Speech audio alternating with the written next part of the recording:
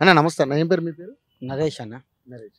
ఇక్కడ సికింద్రాబాద్ ఉంటారా? సికింద్రాబాద్ చిలకలూడలో ఉంటాను నేను. సో అన్న మిమ్మల్ని పొలిటికల్గా కొన్ని క్వశ్చన్లు అడుగుతాను. ఎందుకంటే ఇప్పుడు మొన్న 2023 జనరల్ ఎలక్షన్స్ అంటే అసెంబ్లీ ఎలక్షన్స్ అయిపోయినాయి. ఆల్రెడీ టీఆర్ఎస్గా ఓడిపోయి కాంగ్రెస్ కూడా ఫామ్ అయింది. సో ఇప్పుడు మళ్ళీ మనకి పార్లమెంట్ ఎలక్షన్స్ వచ్చేస్తున్నాయి, ఎంపీ ఎలక్షన్స్. సో మరి ఎంపీ ఎలక్షన్స్లో మీ నియోజకవర్గం అంటే ఇది సికింద్రాబాద్ నియోజకవర్గం కాబట్టి, పార్లమెంట్ నియోజకవర్గం కాబట్టి ఇక్కడ ఆల్రెడీ కిషన్ రెడ్డి గారు ఎంపీగా ఉన్నారు, మళ్ళీ సిట్టింగ్ ఎంపీ. ఇప్పుడు మళ్ళీ కూడా ఆయనకే సీట్ రావడం జరిగింది. సో ఏంటి ఇప్పుడు గెలిపోవటముల విషయాలకు వస్తే ఒక సామాన్యుడిగా, ఒక ఓటర్గా మీరు ఎవరు కోటేస్తారు, ఎవరు గెలిచే అవకాశం ఉంది ఇక్కడ పరిస్థితి ఏ విధంగా ఉండబోతుంది? ఇక్కడైతే వాస్తవానికి ఇంకా ఎన్ని సంవత్సరాలైనా భూమి ఉన్నంత వరకు ఇక్కడ బీజేపీ గెలుస్తుంది. బీజేపీ ఎందుకంటే కారణం ఏంటంటే, వాస్తవం చెప్పాలంటే దేశమంతా వేరే ప్రభుత్వం వచ్చినప్పుడు కూడా ఇక్కడ బీజేపీ ప్రభుత్వము గెలుచుకుంటూ వచ్చింది. బీజేపీ గెలుచుకుంటూ వచ్చింది. ఒకప్పుడు బండారు దత్తాత్రేయ ఇక్కడ ఎంపీ నుంచి వెళ్ళి పోటీ చేసి గెలిచిండు. ఇది మన కంచుకోట అన్నట్టు, దేశానికి గిఫ్ట్ దేశానికి గిఫ్ట్ ఇచ్చే సీట్ ఇది. దేశంలో ఏ ప్రభుత్వం ఉంటే ఆ ప్రభుత్వానికి మెయిన్ సీట్ ఇదే, సికింద్రాబాద్ పార్లమెంట్. అయితే మన సికింద్రాబాద్ పార్లమెంట్లో బీజేపీ గెలవడానికి ముఖ్య కారణం ఏంటంటే మనకున్న నాయకులు. మన తెలంగాణలో సికింద్రాబాద్ పార్లమెంట్కు ఉన్న నాయకుడు చాలా గట్టి నాయకుడు, మంచి నాయకుడు. ఎవరు వచ్చినా మంచిగా పలకరిస్తాడు. కిషన్ రెడ్డి గారు ఎవరు వచ్చినా మంచిగా పలకరిస్తారు. ఎవరు వచ్చినా ఈ పని అని చెప్తే ఆ పని చెప్పిన వాళ్ళు ఇంటికి వెళ్ళే లోపల ఆ పని సంగతి ఏందో కంప్లీట్ చేయించే సత్తా ఉన్న వ్యక్తి కిషన్ రెడ్డి గారు. ఆయన చేసిన అభివృద్ధి పనులు అంటే ఇప్పుడు చాలా చెప్పాల్సి వస్తుంది. ఇప్పుడు సికింద్రాబాద్ రైల్వే స్టేషన్ ఉంది కదా, అది ఎప్పుడు రద్దీతోటి దేశంలో ఉన్న ఎక్కడెక్కడోళ్ళు అందరూ వచ్చేది మెయిన్ సికింద్రాబాద్. సిటీకి రావాలంటే కాచిగూడ, నాంపల్లి అంటారు, కానీ మెయిన్ స్టేషన్ ఇదే. తెలంగాణలో అడుగు పెట్టాలంటే main station Secunderabad station. Secunderabad స్టేషన్లో ఇంతమంది రావడం వల్ల చాలా రద్దీగా ప్రయాణికులకు చాలా ఇబ్బంది జరుగుతుండే. ఈ ఇబ్బంది అనేది పోవాలని కిషన్ రెడ్డి గారు కేంద్రం నుంచి వెళ్ళి 800-1000 కోట్ల నిధులు తీసుకొచ్చి సికింద్రాబాద్ స్టేషన్ని ఒక అమెరికాలో ఉన్నటువంటి స్టేషన్ కూడా ఆ రకంగా ఉండకూడదు, అంతకంటే మంచిగా అభివృద్ధి చేస్తుండు. అలా చేస్తున్నాడు కాబట్టి ప్రతి ఒక్క ప్రజలు, సికింద్రాబాద్లో పార్లమెంట్లో ఉన్న ప్రతి ఒక్క ప్రజలు ప్రతిపక్షానికి డిపాజిట్ కూడా దొరకకుండా చేస్తారు. అంత భారీ మెజారిటీ తోటి ఈసారి సికింద్రాబాద్లో మన కిషన్ రెడ్డి గారిని గెలిపిస్తాడు. అదే కాకుండా ప్రతి బస్తీలలో, స్లమ్లలో బోర్వెల్లకు సంబంధించి కమ్యూనిటీ హాల్స్, లైబ్రరీస్, మళ్ళీ ఇప్పుడు చిన్న పిల్లలు పుట్టిన ఉంటారు కదా తల్లులు, వాళ్ళకి కిట్స్, ఈ మిషన్ నేర్చుకోవడానికి వాళ్ళకి కొన్ని ఉమెన్ ఎంప్లాయ్మెంట్ సంబంధించి అలాంటి పథకాలు.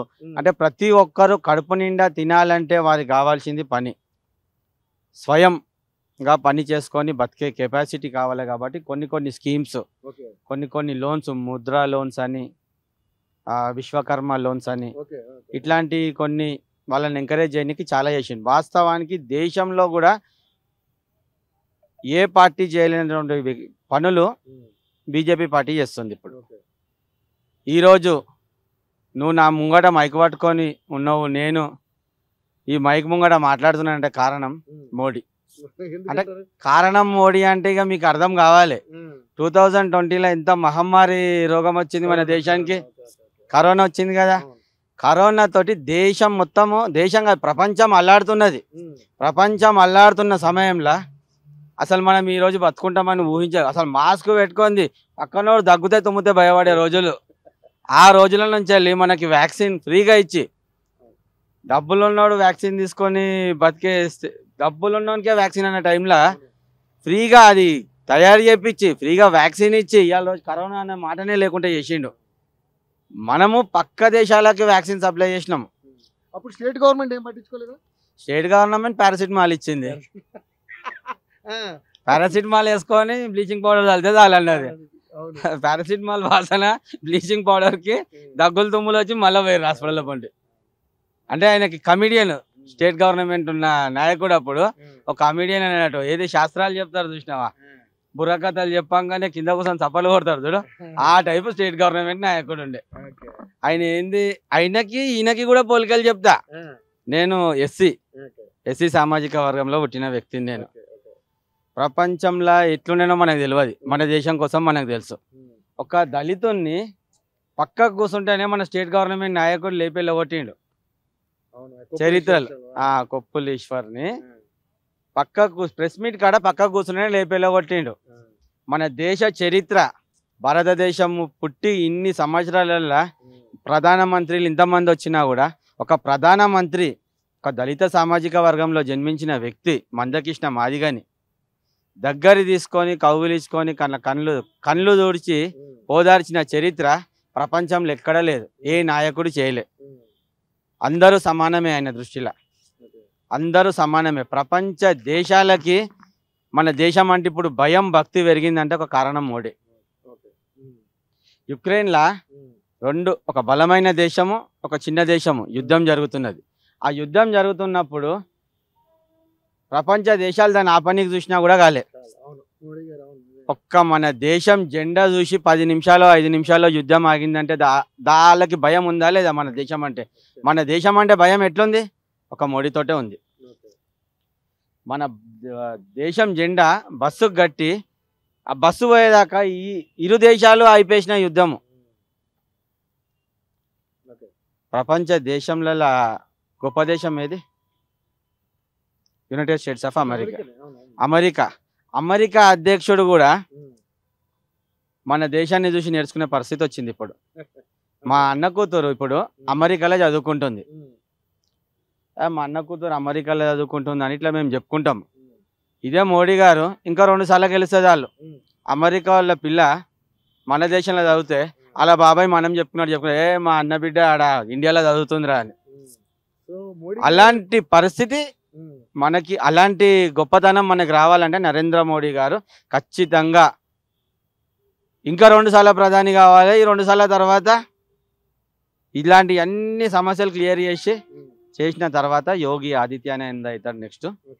మన దేశానికి వివిధ పార్టీలుగా సాపా చుట్టుకొని చదువుకొని ఇంటికాడ ఉండాలి. కాంగ్రెస్ పార్టీ కూడా ఈసారి అంటే మేము కూడా అధికారంలోకి వస్తాయి ఈసారి, మాకు కూడా గణనీయంగా సీట్లు వస్తాయి అని చెప్పేసి, ఇండియా కూటమి ద్వారా వస్తాయని చెప్పేసి వాళ్ళ సపోర్ట్ కూడా ఉందని చెప్పేసి మాట్లాడుతూ ఉన్నారు. అంటే కాంగ్రెస్ పార్టీ ఏం చేస్తుంది అంటే కుండలు చూపెట్టి బిందెలు ఎత్తుకోవే టైపాలు. మనకి ఏమన్నారు, ఇప్పుడు మన రాష్ట్రంలో వాస్తవానికి ఇప్పుడు కాంగ్రెస్ వచ్చిందంటే కారణము భారతీయ జనతా పార్టీ వాళ్ళు చాలా అంటే చాలా రాష్ట్ర ప్రభుత్వము బీఆర్ఎస్ ప్రభుత్వం వాళ్ళు చేస్తున్న అన్యాయాలను మొత్తం బయట పెట్టి వాళ్ళ మీద వ్యతిరేకత, మీరు ప్రజలకు ఇంత మోసం చేస్తుర్రు, మీది 1 మ్యాన్ షోలే ఉన్నాయి, మీ జనాలు అందరు కలిసి అందరం ఒక్కటే అన్న నినాదం లేదు, మీ దగ్గర 1 మ్యాన్ షో ఉందన్న టైంలో వీళ్ళు ఏం చేసిర్రు, ఈ ఉచితాలను చూపెట్టిర్రు జనానికి. ఫ్రీ బస్ అనేసి, ఫ్రీ కరెంట్ అనేసి, ఫ్రీ కరెంట్ అమలు అవుతున్నాయంటే అందరికి ఫ్రీ అన్నాడు. అప్పుడు రేషన్ కార్డు ఉన్న వాళ్ళకి ఫ్రీ అంటుండు. రేషన్ కార్డు అందరికి ఉన్నాయా? 10 సంవత్సరాల కింద వచ్చిన రేషన్ కార్డులు టీఆర్ఎస్ ప్రభుత్వంలో రేషన్ కార్డే రాలేదు జనానికి. మరి ఈ 10 ఏళ్ళల్లో పెళ్లిళ్ళు చేసుకున్న వాళ్ళు ఎంతమంది, పిల్లలు కాని వాళ్ళు ఎంతమంది, మరి వాళ్ళకి రేషన్ కార్డు ఎవరు ఇస్తారు? ఆ రేషన్ కార్డు లేదనేసే ఈ స్కీమ్ పెట్టిండి అన్నట్టు. కొత్త ఇయర్ ఇప్పుడు కొత్త ఇస్తామని పబ్లిక్ అంతా ఖరాబ్ చేసి కమిటీల చుట్టూ తిప్పిరు మొన్నటి దాకా. ఫాములు నింపురు. ఇప్పుడు కిషన్ రెడ్డి గారు మరి ఈ నియోజకవర్గానికి అంటే పార్లమెంట్ నియోజకవర్గానికి చేసినటువంటి పార్లమెంట్ సికింద్రాబాద్ అభివృద్ధి కార్యక్రమాలు కొన్ని మీరు చెప్పారు, బాగుంది. మరి ఈసారి ఎలా ఉండబోతుంది పోటీ? ఎందుకంటే 17కు 17 మావే అని చెప్పేసి బీజేపీ అంటుంది, అలాగే కాంగ్రెస్ ఉంటుంది, టీఆర్ఎస్ కూడా ఉంటుంది. ఎలా ఉండబోతుంది? అంటే 17కు 17 అంటే 1 2 మిస్ అయితే చెప్పలేము, ఎందుకంటే మనము డంకా కొట్టి చెప్పలేము. మన తెలంగాణ రాష్ట్రం నుంచి కూడా ఆపోజిట్ ఒకటి మనకు ఉండాలి చెప్పనీకి. ఒకటి ఓదోని ప్రశ్నించేటోడు ఒకటి ఉండాలి. మనమే రాజు అని అనొద్దు, మనకు చెప్పేటోళ్ళు కూడా ఒకరు ఉండాలి. కాబట్టి ఒకటి వదిలేద్దాం, తీయాలకి ఒకటి వదిలేద్దాం, కాంగ్రెస్ కి ఒకటి వదిలేద్దాం. ఏదంటే అది చెప్పొద్దు, ఇక అందరు మన నాయకులే. కిషన్ రెడ్డి గారికి ఎంత మెజారిటీ?